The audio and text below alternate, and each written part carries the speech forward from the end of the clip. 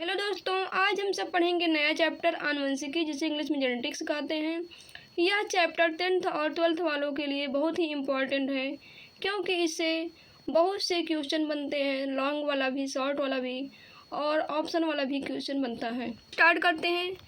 सबसे पहले इसका डिफिनीशन देखेंगे।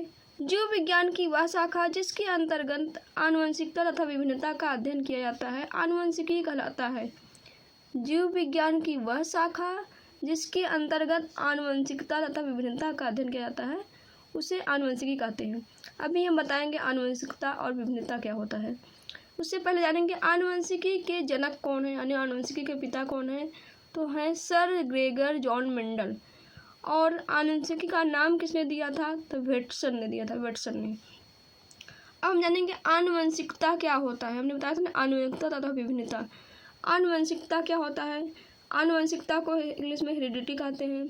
इसकी परिभाषा है जीवधारी की एक पीढ़ी से दूसरी पीढ़ी में पहुंचने वाले आनुवंशिक लक्षण को आनुवंशिकता कहते हैं।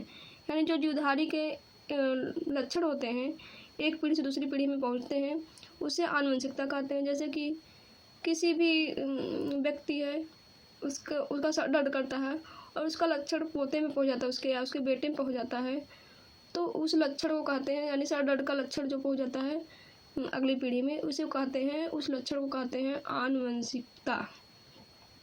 अब जानेंगे विभिन्नता क्या होता है। विभिन्नता को इंग्लिश में वेरिएशन कहते हैं। इसका डेफिनेशन है एक माता पिता के दो बच्चों के बीच असमानताएं ही विभिन्नता कहलाता है। जैसे कि एक माता पिता हैं, उनके दो बच्चे हैं, एक बच्चा काला है, एक गोरा है, एक लंबा है, एक पतला है, एक मोटा है, यानी उन दोनों के बीच में जो भिन्नता है, उसके फेस कटिंग में कुछ चेंजिंग है, तो उसे जो विभिन्नताएं दिखती है, उन दोनों में जो अंतर दिखता है, उसी को विभिन्नताएं कहते हैं या वेरिएशन कहते हैं। अब एक टॉपिक है वंशागति, जिसे कहते हैं इनहेरिटेंस।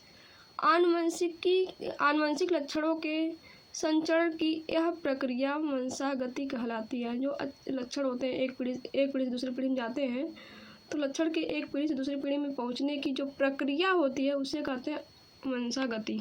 अब हम जानेंगे मेंडल कौन है और मेंडल का क्या कार्य है, मेंडल का जन्म कब हुआ है, कहाँ हुआ है। ए है मेंडल, यानी कि सर ग्रेगर जॉन मेंडल। इनका जन्म 22 जुलाई 1822 में ऑस्ट्रिया के ब्रून शहर में हुआ था और इन्होंने ऑस्ट्रिया के ब्रून शहर में अध्ययन भी किया था। और इनका मृत्यु 6 जनवरी 1884 ईस्वी में हो गया था। वो भी केवल 61 वर्ष की उम्र में ही इनका मृत्यु हो गया था।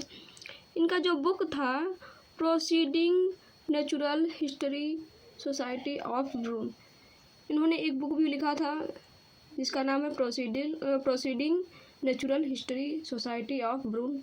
बहुत ही मेन पॉइंट लिखे हैं हम, आप लोग ज़रूर नोट कर लीजिएगा। ये जो है आनुवंशिकी के जनक होने के साथ साथ जीव वैज्ञानिक भी थे, ऋतु वैज्ञानिक भी थे और तथा गणितज्ञ भी थे। इन्होंने प्रयोग गार्डन पे, यानी कि जो मैदान की मटर होती है, जो हमारे खेतों की मटर होती है, उस पर किया था प्रयोग, जिसका बॉटनिकल नेम है पाइसम सटाइवम। वो भी 7 वर्ष तक इन्होंने मटर पर प्रयोग किया था, वो भी 1856 से 1863 तक, यानी 7 वर्ष तक।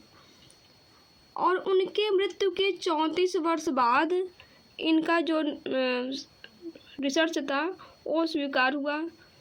क्यों इतना लेट हुआ स्वीकार? क्योंकि यह गणितज्ञ थे, और गणितज्ञ थे इसलिए लोग इनको मानने के लिए तैयार ही नहीं थे कि ये जीव विज्ञान में कैसे बता सकते हैं अगर ये गणितज्ञ हैं।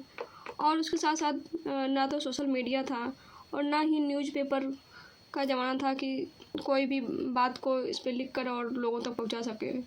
इसलिए उन्होंने अपनी बात को बुक में लिख कर रख दिया था। 34 वर्ष बाद 3 साइंटिस्ट आए, ह्यूगो डिब्रिज, कॉरेंस और शर्मा। इन तीनों ने मेंडल के नियम को सत्यापित किया। इसे कहते हैं रीडिस्कवरी ऑफ मेंडल्स लॉ। इन्होंने मेंडल के नियम को पढ़ा और पढ़ने के बाद उनको सही लगा तो उन्होंने प्रयोग किया 7 साल तक और उसके बाद बताया कि मेंडल जी सही कहे हैं। और उसके बाद मेंडल को आनुवंशिकी का पिता बनाया गया। अब बात आती है ह्यूगो डिब्रीज, कॉरेंस और शेरमार्क, ये लोग भी आनुवंशिकी के पिता बन सकते थे, लेकिन क्यों मेंडल को बनाया? क्योंकि तीनों में से कोई एक ही आनुवंशिकी का पिता बन सकता है। तो एक बनेंगे तो दोनों के बीच में झगड़ा हो सकता है, या कॉरेंस बनेंगे तो इन दोनों के बीच में झगड़ा हो सकता है। इसलिए केवल एक लोग को आनुवंशिकी का पिता बनाना था, इसलिए लोग क्या किए, मेंडल को भी आनुवंशिकी का पिता बना दिए। बस आज के इतना ही। ये है मेंडल और मेंडल के कार्य। स्क्रीनशॉट ले लीजिए।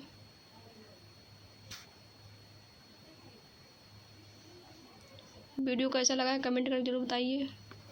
चैनल पर नए हैं सब्सक्राइब कीजिए।